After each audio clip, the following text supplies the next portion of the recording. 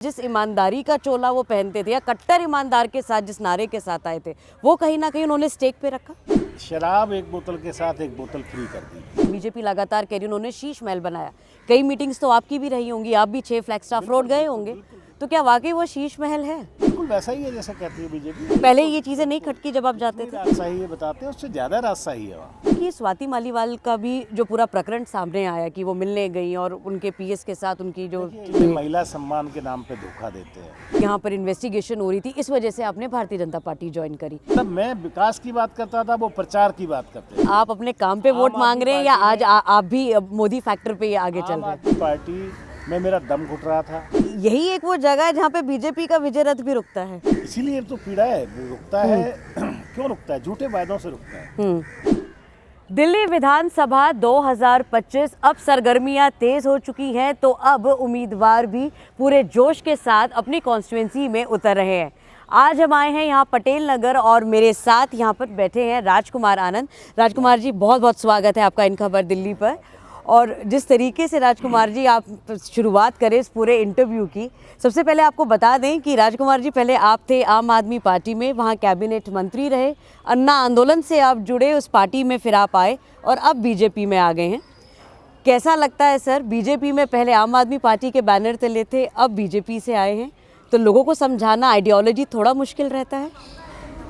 देखिए, आम आदमी पार्टी में बहुत अच्छी पार्टी समझकर जब अरविंद केजरीवाल ने रामलीला मैदान में ये कहा था, बदलेगी राजनीति बदलेगा देश, उस एक बात से मैं ही नहीं, लाखों लोग आम आदमी पार्टी से जुड़े। लोगों ने अपनी बहुत बड़ी बड़ी सैलरियाँ गंवा दी, काम छोड़ दिया, आम आदमी पार्टी से जुड़े, एक मूवमेंट बना। 2013 में पार्टी पहली बार इलेक्शन लड़ी। मेरी पत्नी को पटेल नगर से टिकट दिया, बीना आनंद जी को, और उसके बाद उनको जिताया। हमें पता है कि किस तरह से आम आदमी का हमने शुरुआत की और किस तरह से 49 दिन की सरकार बनी। वहाँ तक सब समझ में आया कि छोटा पीरियड था, काम हुआ नहीं हुआ। लेकिन जब 2015 में इनके पास 67 सीटें आई, इन्होंने अपना पूरा का पूरा जो सिस्टम है वो बदल दिया। देखिए, दिल्ली के लोगों ने, तमाम लोगों ने मिलकर 3 बार अरविंद केजरीवाल को दिल्ली का मुख्यमंत्री बनाया, आम आदमी पार्टी की सरकार लाए। और लोगों ने इसलिए इस पार्टी को और इस नेता को वोट दिया कि ये भ्रष्टाचार और घोटालों से राजनीति को साफ करेंगे, राजनीति तो तभी बदलेगी। बिल्कुल। लेकिन जैसे इनकी पूरी सत्ता आई, ये धीरे धीरे खुद भ्रष्टाचार के दलदल में डूब गए। और जहाँ तक बात थी कि राजनीति बदलेंगे, देश बदलेगा, राजनीति तो नहीं बदली, राजनेता बदल गए। राजनेता बदल गए। और आप तो जिस दौर में रहे उनके साथ, जब आप ये कैबिनेट मंत्री थे, उनके साथ जुड़े हुए थे, तो सर ये जो एक्साइज पॉलिसी, आज हमने देखा सीएजी रिपोर्ट आ गई, एक्साइज पॉलिसी पर कहा जा रहा है कि 2000 करोड़ की जो है वो जिस तरीके से टेंडर्स दिए गए हैं, लाइसेंस इशू किए गए हैं, उसमें डिस्क्रिपेंसीज पाई गई हैं। और आप उस समय उनके साथ जुड़े हुए थे, तो आपने भी वो वक्त देखा होगा। तो क्या आपको लगता है कि जिस ईमानदारी का चोला वो पहनते थे या कट्टर ईमानदार के साथ जिस नारे के साथ आए थे, वो कहीं ना कहीं उन्होंने स्टेक पे रखा? बिल्कुल रखा। देखिए, मैं एक एग्जांपल देता हूँ कि शराब एक बोतल के साथ एक बोतल फ्री कर दी। मैं उस समय सरकार में था। मैंने अरविंद केजरीवाल जी को कहा, मनीष जी को कहा, मतलब जीवन में अपनी बात रखी कि देखिए, हम गरीबों के वोटों से आए हैं, मिडिल क्लास के वोटों से ये सरकार बनी है। तो अगर हम कुछ चीज़ें फ्री देने के पोजीशन में है, सरकार हमारा बजट अलाउ कर रहा है कुछ चीज़ फ्री देने के लिए, तो हमें गरीबों के बच्चों को दूध की थैली के साथ दूध फ्री देना चाहिए।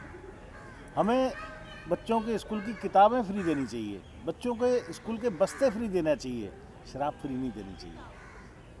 तो लेकिन चूँकि हम तो भोले भाव से कहते थे, लेकिन उनको हजारों करोड़ रुपए का उसमें भ्रष्टाचार दिख रहा था। उन्होंने वो बात नहीं मानी और शराब बेचना जारी रखा, और वो धीरे धीरे बढ़ते बढ़ते बढ़ते गवर्नर बने। और यही भ्रष्टाचार की बात जो सामने आई है, अब जैसे अब आप बीजेपी में आ गए, बीजेपी लगातार कह रही उन्होंने शीश महल बनाया। कई मीटिंग्स तो आपकी भी रही होंगी, आप भी 6 फ्लैगस्टाफ रोड गए होंगे, तो क्या वाकई वो शीश महल है? बिल्कुल वैसा ही है जैसा कहती है बीजेपी। अभी हम खोल देंगे जनता के लिए, आप भी आइए देखिए। तो मतलब उसी राजशाही के साथ आपको पहले ये चीज़ें नहीं खटकी जब आप जाते थे? राजशाही है बताते हैं, उससे ज़्यादा राजशाही है वहाँ। हाँ, रिमोट वाले दरवाजे, रिमोट वाले कर्टेन, पता नहीं क्या क्या। एक ये स्वाति मालीवाल का भी जो पूरा प्रकरण सामने आया कि वो मिलने गई और उनके पीएस के साथ उनकी जो देखिए, ये महिला सम्मान के नाम पे धोखा देते हैं। इन्होंने लोकसभा चुनाव से पहले कहा कि हम हर महिला को 1000 रुपये देंगे। जी 1000 रुपये के रजिस्ट्रेशन कराए लोगों ने, लेकिन किसी को नहीं मिला। पंजाब में 2.5 साल पहले इन्होंने चुनावी घोषणा पत्र में वायदा किया था कि हम 2100 रुपये हर महिला को देंगे। आज तक किसी को 1 रुपया नहीं मिला। ठीक है, 2100 थे ये क्या थे, और अब 2100 रुपये दिल्ली के लिए इन्होंने कहा। ये देखो बोर्ड लगे हुए हैं, ये सामने बोर्ड लगा हुआ है, उस पर लिखा हुआ है हर महिला को मिलेगा 2100 रुपये प्रति माह। जी ठीक है जी अगर आपकी मंशा ये है कि हर महिला को मिलेगा दिल्ली की, तो इसके लिए फार्म भरवाने की जरूरत नहीं होनी चाहिए मेरे हिसाब से। देखिए वोटर लिस्ट है, उसकी सॉफ्ट कॉपी लेके कंट्रोल F करके मेल फीमेल छांटे जा सकते हैं। बिल्कुल। उन सबके फ़ोन नंबर भी आ गए आपके पास, एड्रेस भी आ गए, चिट्ठी लिखो, अपना अकाउंट नंबर कर दो जी इस नंबर पे, आपको पैसा आ जाएगा। दुनिया में होता है ये, करने वाला चाहिए। बहुत आसान है चीज़ें। बोर्ड लगा, इश्तेहार लगाने से, प्रचार करने से ये वोट लेना चाहते हैं, काम करने से नहीं लेना चाहते। इसको लिए प्रचार करने की ज़रूरत ही नहीं है। आप you have all the data, आप उन सबको फ़ोन कर दो, मैसेज कर दो कि भाई इस तरह की योजना है, एक पेपर में दे दो। करोड़ों रुपया इस बात पे फूंक दिया कि 2100 रुपया देंगे। पहले करोड़ों रुपया इस बात पे फूंक दिया था, सैकड़ों करोड़ रुपया के हम 1000 रुपये महीने देंगे। मिला तो कुछ नहीं। तो वो एडवर्टाइजमेंट में पैसा खर्च कर रहे हैं दिल्ली के टैक्स पेयर्स का। वो कौन सा गवर्नेंस है? ये कहते हैं हमसे अच्छी गवर्नेंस किसी को नहीं आती। सर एक हमने देखा आम आदमी पार्टी लगातार आप पे ये आरोप लगाती है क्योंकि आप पे दबाव था, आपके ऊपर यहाँ पर इन्वेस्टिगेशन हो रही थी, इस वजह से आपने भारतीय जनता पार्टी ज्वाइन करी। ये कहाँ तक सच है? सच तो ये है कि जब मैं दिल्ली के विकास की बात करता था, जब मैं कहता था कि दलितों का फंड दलितों पर खर्च करो, कमजोरों का फंड मजदूरों का फंड मजदूरों पर खर्च करो, तब अरविंद केजरीवाल और उनकी पार्टी मुझसे कहती थी कि प्रचार करो मध्य प्रदेश में जाके, हमें वहाँ पर विधायक चाहिए, हमें वहाँ पर जीतना है। मतलब मैं विकास की बात करता था, वो प्रचार की बात करते थे। और आप पूरा का पूरा इनका कॉन्सेप्ट उठा के देख लिए, ये प्रचार के ऊपर आधारित पार्टी है। और सर जिस तरीके से पटेल नगर खुद एक आरक्षित सीट है, यहाँ पे हम देख रहे हैं कि कई जो SC ST समुदाय हैं वो यहाँ पे ज़्यादा हैं। वाल्मीकि समाज में खुद अरविंद केजरीवाल भी जाते हैं, नई दिल्ली सीट में उनकी भी एक पैठ रखती है। तो क्या आपको लग रहा था कि यहाँ पर क्या SC ST वाले जो समुदाय है उनकी बात आगे नहीं रख पा रहे थे ठीक से? बिल्कुल नहीं रख पा रहे थे। आप देखिए कि एक फंड होता है SC SP कंपोनेंट फंड, उसमें 9 साल में आम आदमी पार्टी ने हजारों करोड़ रुपए डाइवर्ट कर दिए, जबकि सेंट्रल गवर्नमेंट का ये नोटिफिकेशन है कि बजट में जो एलोकेटेड फंड है SC SP फंड, उसको कहीं और नहीं लगा सकते। आज देखिए आप, जितनी समस्याएं ज़्यादा हैं, समस्याएं तो सब जगह ही हैं, यहाँ भी समस्याएं, ये कोठियाँ हैं, लेकिन ज़्यादातर समस्याएं झुग्गियों में मिलती हैं आपको, रिसेटलमेंट कॉलोनी में मिलती हैं, अनऑथराइज कॉलोनियों में मिलती हैं। वहीं पानी की समस्या है, वहीं सीवर की समस्या है, वहीं चौपाल की समस्या है। तो वो फंड वहाँ खर्च होना चाहिए, वो जरूरी था। अगर उस फंड को वहाँ खर्च करते सही जगह, तो आज दिल्ली की इतनी बुरी हालत नहीं दिखती जितनी आज। लेकिन सर क्योंकि आप पहले भी विधायक रहे, इसी क्षेत्र से रहे, और लेकिन पार्टी दूसरी थी, अब दूसरी उसमें आए, लोगों के बीच की आइडियोलॉजी समझाने में थोड़ी दिक्कत होती है कि अब मैं नई पार्टी से आया हूँ, अब मैं काम करूँगी, अब कार्यकाल तो रहा नहीं। कहाँ, मैं भारतीय जनता पार्टी से आया हूँ, मैं नरेंद्र मोदी का सिपाही हूँ, नरेंद्र मोदी जी का सिपाही हूँ। और भारत की आज़ादी के बाद पहले प्रधानमंत्री ऐसे आए हैं जिन्होंने 4 करोड़ से ज़्यादा लोगों को, गरीब लोगों को पक्के मकान दिए। ऐसे प्रधानमंत्री का सिपाही हूँ जिसने कितने परिवारों को, 80 करोड़ परिवारों, 80 करोड़ लोगों को राशन देते हैं हर बार। तो मैं फिर मुझे इंट्रोडक्शन की कहाँ जरूरत रहेगी?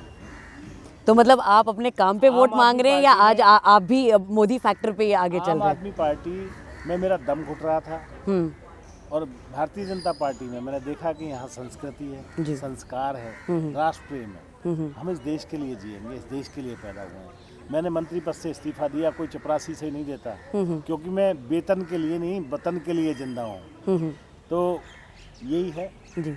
तो अभी भी जैसे मेरा वो सवाल था जो अभी रह गया सर, कि आप अपने कामों को लेकर आगे जाएंगे कि क्या करेंगे, या एक मोदी फैक्टर आपको लग रहा है कि ये सब में सारी पब्लिक जानती है कि मैंने काम करा है। और देखिए ये जो इलेक्शन होता है ना, मेरे हिसाब से, मैं सारी पटेल नगर की जनता को भी ये कहना चाहता हूँ, पटेल नगर की जनता शायद समझती भी है, सबको पता है, सभी समझदार है। ईश्वर ने तो हम सबको एक जैसा ही दिमाग दिया है। जो ये विधायक का चुनाव है ना, ये एक्चुअली मुखिया का चुनाव है। जी गांव में जो हम प्रधानी का चुनाव लड़ते थे जी वैसा ही है, जी ठीक है। और उसमें आप मुख्यमंत्री जो बनता है उन सारे मुखियाओं में से एक बन जाता है, ऐसे होता है डेमोक्रेसी। आज इसमें भारतीय जनता पार्टी में आप देखिए हमेशा कार्यकर्ता मुख्यमंत्री बनता है। इन लोगों के एक ही मुख्यमंत्री बनता है, अरविंद केजरीवाल। अब भी वोट मांग रहे हैं तो कह रहे हैं अरविंद केजरीवाल मुख्यमंत्री बनेगा। बस वो तो ये कह कैसे रहे हैं ना बन कि जाएगा? ये तो मेरा चेहरा है जो मैं दिल्ली वालों के सामने रख रहा हूँ। बीजेपी के पास तो अभी तक कोई चेहरा नहीं है, वो तो पैम्फलेट दिखा रहे हैं। हाँ, ये कार्यकर्ताओं की पार्टी है। अब मान लीजिए अरविंद केजरीवाल खुद ही हार गए, तब क्या होगा? पर बीजेपी क्यों नहीं रख रही चेहरा? तो आप एक सीएम फेस तो आप दिखा सकते हैं। नहीं, हम चेहरा उनमें से रखेंगे ना जो जीत के आएंगे। अरविंद केजरीवाल आज सिलेक्शन हार जाता है तो कोई रास्ता नहीं है, संवैधानिक व्यवस्था नहीं है कि वो बन जाए। तो हम किसी का चेहरा क्यों दें? हमारे जितने लोग जीतेंगे, हमें लग रहा है कि हमारे 45 से लेकर 50 के बीच में लोग जीत रहे हैं। जी जी तो उनमें से जो भी काबिल होगा जी उसको देंगे। भारतीय जनता पार्टी कार्यकर्ताओं की पार्टी है और आम आदमी पार्टी वन मैन शो है। तो दिल्ली की जनता ने देख लिया कि वन मैन शो होने से कितने नुकसान हुए हैं। जब मर्जी धोखा देना, किसी संविधान की किसी चीज़ की चिंता नहीं करना। और भारतीय जनता पार्टी में कितने राज्यों में अभी आपने देखा कि कार्यकर्ता को जिसको कोई सोच नहीं सकता उसको मुख्यमंत्री बना देते हैं। और अब तो जो समय हम देख रहे हैं, 1 महीने से भी अब लगभग 1 महीने का ही समय चलिए मान लेते हैं हम लोग। तो ऐसे में अब बीजेपी कितने ग्राउंड पे कर देखा जाए तो ग्राउंड जीरो पे कितनी तैयारी के साथ डटकर अब मुकाबला कर रही है। क्योंकि आम आदमी पार्टी कह रही है हमने उम्मीदवार पहले उतार दिए, हम योजनाएं पहले लेकर आ गए, बीजेपी की तैयारी नहीं है। बीजेपी का देखिए उम्मीदवार चुनाव कम लड़ता है, उसका संगठन ज़्यादा चुनाव लड़ता है। और यू विल सरप्राइज कि आम आदमी पार्टी में संगठन नाम की कोई चीज़ नहीं। मतलब जो पार्टी एक संगठन पे बनी, आप कह रहे हैं संगठन वहाँ नहीं है। हाँ, संगठन पे नहीं बनी, वो आंदोलन पे बनी। आंदोलन में तो हो सकता है अन्ना हजारे वाले आंदोलन में आप भी गई हो। जी जी मैंने कवर किया था वो, बिल्कुल गई जी होंगी। जी वैसे भी जाने का दिल करता था, वो इतना अच्छा था। जी जी लेकिन उसके बाद वोट उसको देना जरूरी नहीं है ना, क्योंकि वो जो अन्ना आंदोलन था वो राजनीति का नहीं था। अन्ना जी ने खुद कह दिया था कि इसने पार्टी बना के बहुत बड़ी गलती की है। तो ये रियलाइजेशन जैसे आप अभी बता रहे हैं कि पार्टी बना के बहुत बड़ी गलती की, तो ये काफ़ी समय बाद आपको रियलाइजेशन हुआ कि कुछ यहाँ पे जो चीज़ें होनी चाहिए थी वो ठीक से नहीं हो पाई हैं। देखिए ऐसा है कि मैं 2020 में विधायक बना, जी ठीक है, और उसके बाद 1.5 साल कोरोना आ गया, ठीक है, सब काम सारे स्लो हो गए, लोग ही घर बैठ गए। बिल्कुल। और 9 महीने पहले मैंने इस्तीफा दे दिया। 2-2.5 साल मेरे पास पीरियड बचा। उस 2-2.5 साल में इतना काम हुआ है इस विधानसभा में जितना 20 सालों में नहीं हुआ। जी ठीक है, आप जैसे कुछ गिना पाएँ क्या क्या काम, जैसे आप बता पाएँ कि जिन रोडों से आप आई हो वो सब हमारे बनाए हुए हैं। और उसके बाद हमने, जब मैं मंत्री बना तो मैंने पटेल नगर का सबसे पहले ध्यान रखा। मैंने एक 700 करोड़ रुपए का टेंडर कराया, जो जिसका काम था कि जखीरा वाला एक यूजीआर है जो 20 साल से बंद पड़ा था, वो बहुत बड़ा यूजीआर है, फुटबॉल के मैदान से भी बड़ा यूजीआर है। अच्छा। उसको ठीक करके और वहाँ से पाइपलाइन नहीं डाल के, क्योंकि ये सारी पाइपलाइनें गल चुकी हैं पानी की। जी। आप जगह जगह जाती है, किसी ने आपको बताया कि सीवर का पानी क्यों आता है? लीकेजेस थी, काफ़ी सारी थी, इस वजह से यहाँ पे जो हमने बात किया लोगों से, उनका यही कहना था कि लीकेजेस बहुत ज़्यादा हमने एक थे। सर्वे कराया जी कि पोजिशनिंग ऑफ द पाइप का, तो पता लगा कि कहीं 60%, कहीं 80% पाइप गल चुके हैं, जंग लग चुका है, उसमें छेद हो चुके हैं। जी यानी कि हम 1 घंटा का पानी भेजें तो उसके पास 20 मिनट पहुंचता है, पानी डेप्रिशिएट हो जाता है। वो सारी पाइपें, इसलिए पटेल नगर विधानसभा क्षेत्र का, चाहे वो गुलशन चौक हो, गायत्री कॉलोनी हो, बलजीत नगर हो, रंजीत नगर हो, या थान सिंह नगर हो, या पंजाबी बस्ती थान सिंह नगर हो, पंजाबी बस्ती बलजीत नगर हो, जी। सब में नए पाइपलाइन से नए कनेक्शन सबको मिलेंगे।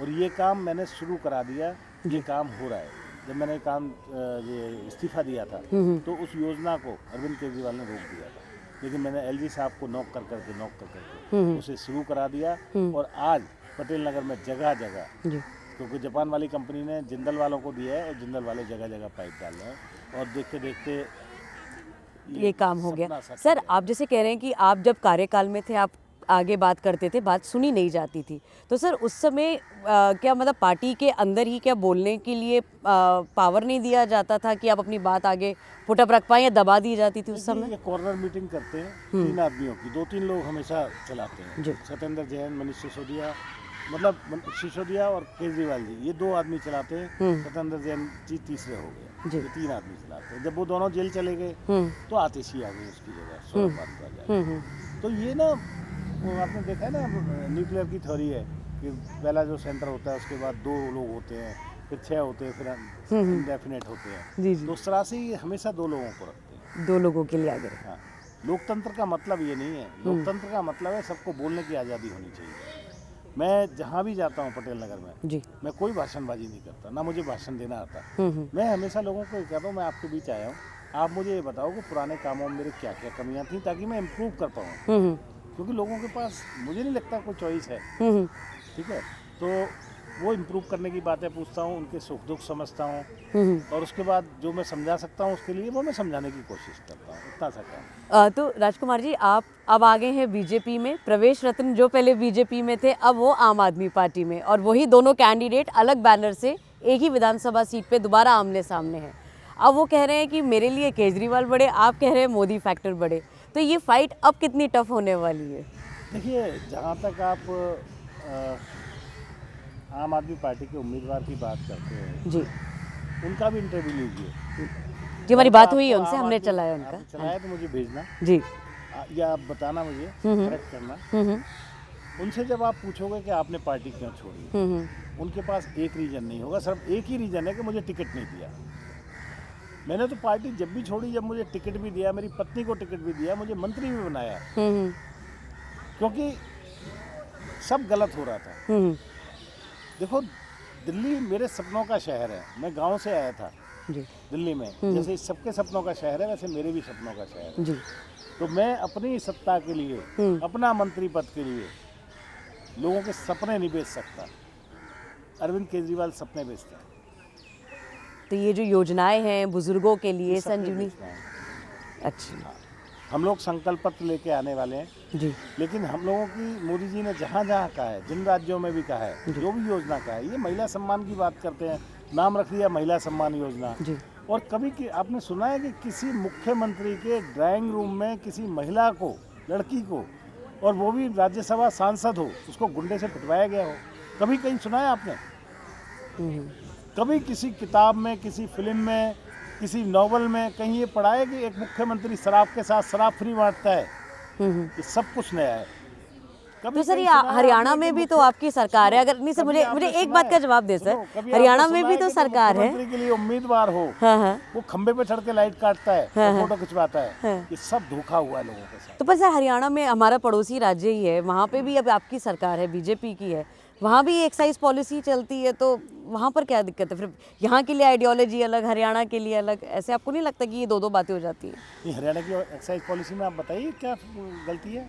नहीं मतलब वहाँ भी अगर आप देखें तो कई L1 शॉप्स हैं, वहाँ भी कई सारे वेंडर्स हैं जो देखने को मिलते हैं कि भाई हरियाणा में भी हैं। तो वही वो पॉलिसी कह रहे थे कि हम उसी तर्ज पे एक यहाँ पे लेकर आ रहे थे। अरे भाई, उस तर्ज पे लेके आओ, बट लेटरल टैलेंट तो लेके आओ, उपयुक्त लोगों को तो लेके आओ। आप शराब की दुकानों से भी भ्रष्टाचार करिएगा, आप L1 वालों से भी करिएगा, आप जोन बनाइएगा। मैं इन बातों को बोलना नहीं चाहता कितना बड़ा कैसे भ्रष्टाचार है, लेकिन जब क्रिएशन होती है किसी चीज़ की जी तो ठीक लोगों को दिए जाए, जी। क्योंकि आप उनसे भ्रष्टाचार करके अगर कोई चीज़ करेंगे तो वो भी नकली सामान बेचेंगे। तो राजकुमार जी, अब आप जाते हैं पटेल नगर विधानसभा क्षेत्र में, तो यहाँ पर अपना रिपोर्ट कार्ड लेकर आप जा रहे हैं। तो अब इस रिपोर्ट कार्ड में आपकी ऐसे कौन से 5 पॉइंटर्स हैं जिसको लेकर आप लोगों के समक्ष जा रहे हैं सर?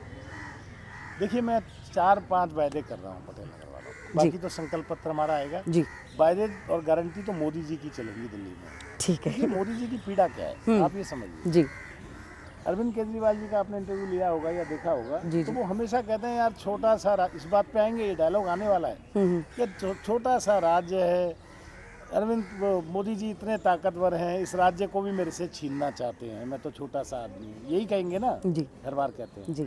ठीक है, उनकी पीड़ा क्या है वो समझिए। वो कहते हैं कि मैं पूरी दुनिया में घूमता हूँ, देश विदेश जाता हूँ, काम करता हूँ, देश का नाम रोशन करता हूँ। मैंने उठा के इस दुनिया की तीसरी इकोनॉमी बनाने का हिंदुस्तान को लक्ष्य लिया हुआ है, जी और मेरे ख्याल से चौथी बन भी चुकी है, 5वीं चौथी। जी जी। वो कहते हैं कि जो 80 नंबर पे देश है, जो 40 नंबर पे देश है, उसकी राजधानी भी हमारी राजधानी से सुंदर है। मुझे एक बार दिल्ली दे दो, मोदी जी की पीड़ा है कि मुझे एक बार दिल्ली दे दो, मैं इसको ऐसी बनाना चाहता हूँ कि आपके सपनों का शहर बने, चमन बनाना चाहते हैं इसको, और ये दिखाना चाहते हैं कि जब बाहर से कोई आए, जी जब जापान से कोई आए, अमेरिका से कोई आए और वो भारत की राजधानी को देखे तो उसको फक्र हो कि यही वो देश है जो सोने की चिड़िया हुआ करता था, और यही वो देश है जो आगे जाके विश्व गुरु बनेगा। ये मोदी जी की पीड़ा है। तो इसमें छीना झपटी कहाँ से हो गई? चुनाव तो मोदी जी भी हारते हैं, लेकिन दिल्ली इसलिए हमें चाहिए। इस बार दिल्ली का हर वोटर जाग चुका है, उसे समझ में आ चुका है कि अब बहुत हुआ, अब नहीं सहेंगे, बदल के रहेंगे। बदल के रहेंगे, ये खैर आपका नारा है। लेकिन दिल्ली जैसे आप कह रहे हैं छोटी सी यहाँ पे ये है, यूनियन टेरिटरी है, 1% पॉपुलेशन, बिल्कुल, लेकिन यही एक वो जगह है जहाँ पे बीजेपी का विजय रथ भी रुकता है। इसीलिए तो पीड़ा है, वो रुकता है। क्यों रुकता है? झूठे वायदों से रुकता है। एक बार हुआ, देखिए, पर ये झूठे वादे में सर लोग कितनी बार आ जाएंगे? एक दफा, 2 दफा, ये तो 3 बार अपना कार्यकाल कर चुके। 3 बार जो हुआ उसका पूरी की पूरी लॉजिकल सीक्वेंस है। 2013 में जो इलेक्शन जीते थे जी, उसमें 49 दिन की सरकार थी जी, पूरा बहुमत नहीं आया था। हाँ बिल्कुल, कांग्रेस के ने दिया, समर्थन से थे। कांग्रेस के, जी ठीक है जी, उसके बाद जो अगली बार था, इन्होंने जगह जगह जाके माफी मांगी कि मेरे से गलती हो गई, अब मैं आगे से कभी इस्तीफा नहीं दूंगा, दिल्ली का मुख्यमंत्री रहूंगा, दिल्ली से बाहर इलेक्शन नहीं लड़ूंगा, ये कहा था। ये कहा था, बिल्कुल, ठीक है जी। उसके बाद इस बात पे वो जीते 67 सीट्स आउट ऑफ 70। यस, ठीक है जी। मतलब घर से लोग, मैंने तो उस टाइम था मैं चुनाव में, जी, मतलब घर से लोग चाहे कांग्रेस का हो या बीजेपी का हो, घर से सोच के गया था कि एक बार इसको देना है, चांस देना है। वो पहली बार चांस मिला। उसके बाद फिर चुनाव हुआ, फिर ये जीते। जी, जब ये पहली बार बने थे तब इन्होंने कहा था बिजली हाफ और पानी माफ। ठीक है, वो पानी आज तक माफ नहीं हुआ। आज भी जिन लोगों के बिल आते हैं ना, जिनके पानी नहीं आता, उनका बिल 50-50 हज़ार का 2-2 लाख का आ जाता है। और अब तो उन्होंने ऐलान भी कर दिया कि जिनके बड़े हुए बिल आ रहे हैं, हमारी सरकार आएगी, आप पानी के बिल मत तो दो। आपको जब वो ऐलान किया था, आपने उनसे पूछा नहीं कि आज तुम्हें किसने रोका है? आज भी तो दिल्ली सरकार आपकी है, आज कल सुबह उठो और ऐलान कर दो कि सबके पानी के बिल माफ हो। इतनी सी तो बात होती है, लेकिन प्रचार करना है उसका। और जहाँ तक बात ये है कि पानी का माफ नहीं हुए, ये कहते हैं एलजी जिम्मेदार है, इनकी बहानेबाजी की आदत है। तो हुआ क्या था कि जब इसके लिए गए थे, जी, बिल माफ की जब फाइल एलजी साहब के पास गई थी, जी, तो उसमें 27,000 करोड़ रुपए का कोई एरर था जिसकी स्टेटमेंट ही नहीं थी। जी, ठीक है, स्टेटमेंट नहीं होगी तो सीएजी रिपोर्ट नहीं बनेगी, आज तक इट इज अवेटिंग। बिल्कुल। ठीक है, तो उसके लिए उन्होंने ऑब्जेक्शन लगाया। तो उसमें कहाँ गलती है? आज उनसे कोई भी बात पूछ लो, आप बोलिए कि सर फॉग बहुत ज़्यादा है, मैं वीडियो नहीं बना पा रही, सुबह से दोपहर हो गई मुझे, वो दिमाग में अंदर नहीं लेंगे, वो कहेंगे एलजी जिम्मेदार है। मतलब खींचातानी है कि ब्लेम गेम का एक वो चलता है। बिल्कुल। और सर एक चीज़ हमने ये भी सामने देखी, अब आप जैसे बस्तियों की बात कर रहे हैं, झुग्गियों की बात कर रहे हैं, तो लगातार यही वो कहते आए हैं कि ये हमारा वोट बैंक है। अब बीजेपी जो है उन पर कहीं ना कहीं चाह रही है कि अब वो हमारा वोट बैंक ले ले, तो इस वजह से अब वो आम आदमी पार्टी 2013 में शुरू हुई थी, जी, बीजेपी तो उससे पहले थी, बिल्कुल। कांग्रेस उससे भी पहले थी। बिल्कुल। ठीक है, तो उनका वोट बैंक कहाँ से आ गया? पर वो तो कांग्रेस का ही वोट बैंक है जो कांग्रेस का कहते हैं कि हम वोट बैंक शिफ्ट था। हुआ है आम आदमी पार्टी पे। और Congress is doing well in Delhi, तो अभी इनको समझ में आएगा, थोड़ा सा देखिए। तो आपको अगर जो फाइट अगर देखी जाए, क्योंकि हम सर खुद लोगों से बात करते हैं, कई कॉन्स्टिट्यूंसीज में हम गए हैं, उनका सीधे तौर पर ये कहना है कि जो फाइट है इस बारी फिर आम आदमी पार्टी और भारतीय जनता पार्टी में। आपको लग रहा है कि इस बारी शायद आपको कांग्रेस भी फाइट दे सकती है? हाँ, it is a triangle fight, और कांग्रेस देखिए धीरे धीरे इम्प्रूव कर रही है। तो अगर कांग्रेस इंप्रूव करती है तो फायदा बीजेपी को होगा? नहीं, नॉट एग्जैक्टली, लेकिन ठीक है, लोकतंत्र है, सबको चुनाव लड़ने का अधिकार है, सबकी सत्ता होनी चाहिए, सबकी भागीदारी होनी चाहिए, एक अच्छी सरकार आनी चाहिए, अच्छा विपक्ष होना चाहिए, हम तो इस बात को मानते हैं। और मेरा आपसे आखिरी सवाल सर यही रहेगा कि जिस तरीके से अब आम आदमी पार्टी जो है लगातार ये इस बात को लेके सामने आ रही है कि हम पुजारियों के लिए, ग्रंथियों के लिए सम्मान राशि लेकर आ रहे हैं। आपने बड़ा अच्छा पूछा। हाँ जी, हमारे पास ना एक झील पार्क है, जी, तो परसों मैं गुरमीत जी के साथ घूम रहा था, हमारी सारी टीम थी, तो सुबह सुबह बात थी 8 बजे की, तो वहाँ हनुमान मंदिर है एक कोने पे, जी, तो पंडित जी वहाँ बैठते हैं, तो वो जा रहे थे, तो मेरी वीडियो पे उस पर फेसबुक पे आप देख सकती हैं वो वीडियो। तो मैंने पीछे से बोले, मैं जानता था उनका कोई काम कराया था, मैंने लाइट वाइट लगवाई थी आउट ऑफ टर्न, तो मैंने पंडित जी राम राम, मैंने अब तो बहुत खुश हो गए, केजरीवाल आपको 18,000 रुपये महीने दे रहा है, उसे जूती उतार ली। कह रहा भैया मैं हो गया 68 साल का, मुझे 8 साल से पेंशन के लिए अप्लाई कर रहा हूँ, मुझे 2,000 रुपये जो पेंशन नहीं दे सकता वो 18,000 रुपये महीने कहाँ से दे देगा। तो ये लोगों की हालत है। झूठे वायदे अब लोग समझने लगे हैं। एक पुजारी, इसको कुछ नहीं मिलता, वो कह रहा मैं कभी भी अप्लाई नहीं करूँगा। तो ये सब बातें लोग समझने लगे। अभी RWA का आ गया। जी जी, RWA का भी आया, बिल्कुल। हाँ जी, RWA जहाँ बनती है वहाँ लोगों पे इतने पैसे नहीं है कि पैसे, तुम देखिए आप फ्री की बहुत सारी चीज़ें बांटो। एक तो आपको भ्रष्टाचार भी करना है, फिर फ्री में बांटना भी है। तो आखिर इंफ्रास्ट्रक्चर डेवलपमेंट के लिए पैसे फंड कहाँ से आएंगे। मैं भी सरकार में रहा हूँ, मैंने भी देखा है कैसे सरकार में काम होता है। और सर क्या दिल्ली सरकार वाकई रेवेन्यू लॉस में जाती है? मतलब इस साल रेवेन्यू लॉस में गई है। तो भ्रष्टाचार की अति हो गई जी, गवर्नेंस देखी नहीं गई। तो इस बार पहली बार ये लॉस में आई है। और पहली बार बीजेपी जो है शीला सरकार की भी तारीफ करती हुई नजर आ रही है कि उनके पास सरप्लस था। देखिए ये बात तो पक्की है कि शीला सरकार ने 15 साल में काम किया, ये तो मैं भी कहूँगा आपको जी। और उन्होंने काम किया और सबको दिखता है, आप लोगों को भी दिखता है कि जितने फ्लाईओवर बने हैं लोगों ने तो उसमें ठीक है, जिसके समय में होते हैं वही उद्घाटन करेगा, उसी का नाम होगा, लेकिन सबको पता है अब। और हमारे माननीय मदन लाल खुराना जी थे स्वर्गीय जी, मतलब कोई सोच सकता था 94-95 में उन्होंने विजन बनाया और दिल्ली में मेट्रो की स्थापना की, मेट्रो का विजन रखा और आज मेट्रो कोई उस टाइम कोई सोच नहीं सकता जी। तो भारतीय जनता पार्टी ने भी बहुत काम किए 5 साल में और 15 साल में कांग्रेस ने भी काम किया। तो सर अब दिल्ली की ऐसी क्या तस्वीर है जो वाकई अब आप चाह रहे हैं कि आपकी पार्टी आए, आप आए चुन के, तो वो दिल्ली की तस्वीर बदलेगी? मोदी जी के सपनों का शहर बनाएंगे। पटेल नगर के लिए सीवर व्यवस्था, हर घर में नल से पानी देने की व्यवस्था, जो पार्किंग की व्यवस्था और तार जो लटके हुए हैं इन तारों के जंजाल से छुटकारा दिलाना, अपराध मुक्त दिल्ली बनाना, अपराध मुक्त पटेल नगर बनाना। आपने देखा होगा कि बहुत अपराध है दिल्ली में जी। आजकल जुवेनाइल क्राइम चल रहा है। 16-16 साल के 18-18 साल के बच्चे चक्कू छुरी लेके घूमते हैं और उनको पूछो तो वो बहाने मारते हैं। आप बताइए शीला दीक्षित की जब सरकार थी मैं क्यों तारीफ करता हूँ उनकी। आज मैं भारतीय जनता पार्टी में हो गया तब भी मैं डॉक्टर मनमोहन सिंह को नहीं भूल सकता। जी जी, क्योंकि वो पहले आदमी थे, पहले वित्त मंत्री थे जिन्होंने कास्ट को कॉस्ट में तब्दील किया था। Arrange open to all the economy, तो वो चीज़ें याद रह जाती हैं। शीला दीक्षित की हम बात कर रहे थे जी। तो शीला दीक्षित ने भी काम किए हैं, बहुत काम किए हैं जी। और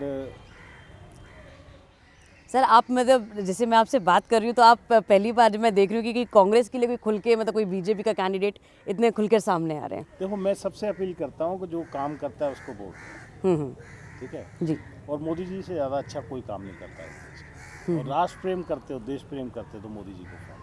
और दिल्ली के लिए अगर जो मेन मुद्दे की बात की जैसे पोल्यूशन की भी, जैसे हम लोग देखते हैं आजकल, तो खैर जिंदा रहेंगे तो हम आगे इन सारी विषयों पे, चर्चाओं पे बात कर पाएंगे।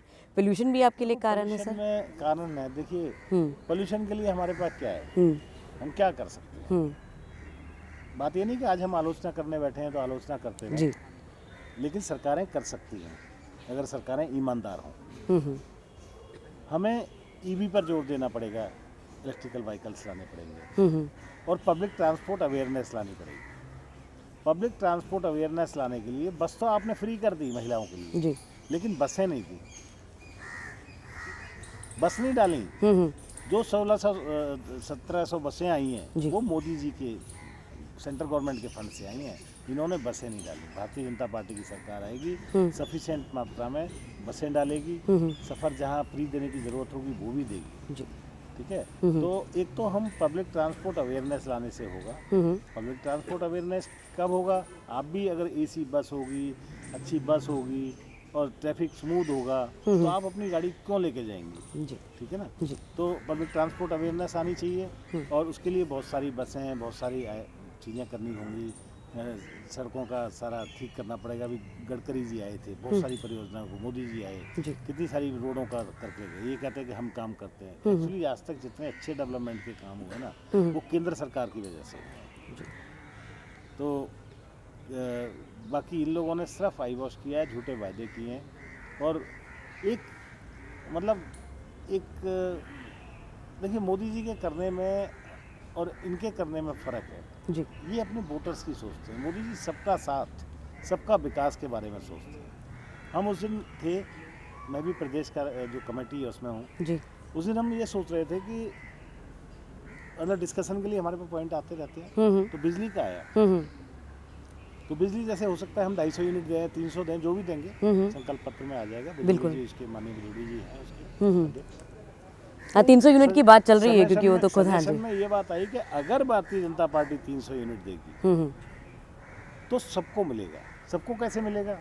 आज क्या है कि 200 यूनिट ये फ्री देते हैं जी 199 यूनिट तक आता है तो जीरो बिल आता है। बिल्कुल 201 यूनिट जब आता है तो पूरा 201 यूनिट का बिल आता है। हमारी जो क्लस्टर में रहती हैं माताएं बहनें, वो गर्मी के दिनों में फ्रिज बंद कर देती हैं 15 दिन आखिरी के या 5 दिन 7 दिन आखिरी के कि अब 185 यूनिट हो गए, कहीं 199 से ऊपर ना हो जाए। जी जैसे आपको फ्री करें, हमने जब फ्री करेंगे 300 यूनिट और आपका भी बिल अगर 350 यूनिट आएगा तो आपको 50 के ही पैसे देने पड़ेंगे। ये होता है सबका साथ सबका विकास। जी हाँ, तो इस पूरे सब ऐसे नहीं, गवर्नेंस का मतलब ये नहीं कि जिन्होंने हमें वोट दिया है हम सिर्फ उनके लिए काम करें। हमें सबके लिए काम करना है। जी तो ये थे हमारे साथ राजकुमार आनंद, जो इसी लाइन पर हैं कि जो दिल्ली में विकास होना है सबका साथ सबके साथ है, और कई ऐसे भी मुद्दे हैं जिससे दिल्ली की जो तस्वीर है वो बदलनी ज़रूरी है। राजकुमार जी बहुत बहुत शुक्रिया हमारे साथ जुड़ने के लिए और तमाम ये बातें अब दिल से कहने के लिए। तो ऐसे ही और कुछ चर्चाएं, ऐसे ही इंटरव्यूज़ जो ग्राउंड रिपोर्ट से हम आपके लिए लेकर आते रहेंगे। आप बने रहिए इन खबर दिल्ली के साथ, और हम आपके साथ बीच में ये सारे मुद्दे लेकर ज़रूर आएंगे कि आखिरकार दिल्ली की जनता, दिल्ली के मुद्दे क्या हैं जिन पर वाकई अभी भी काम करने की ज़रूरत है। तो बने रहिए हमारे साथ, तब तक के लिए नमस्कार।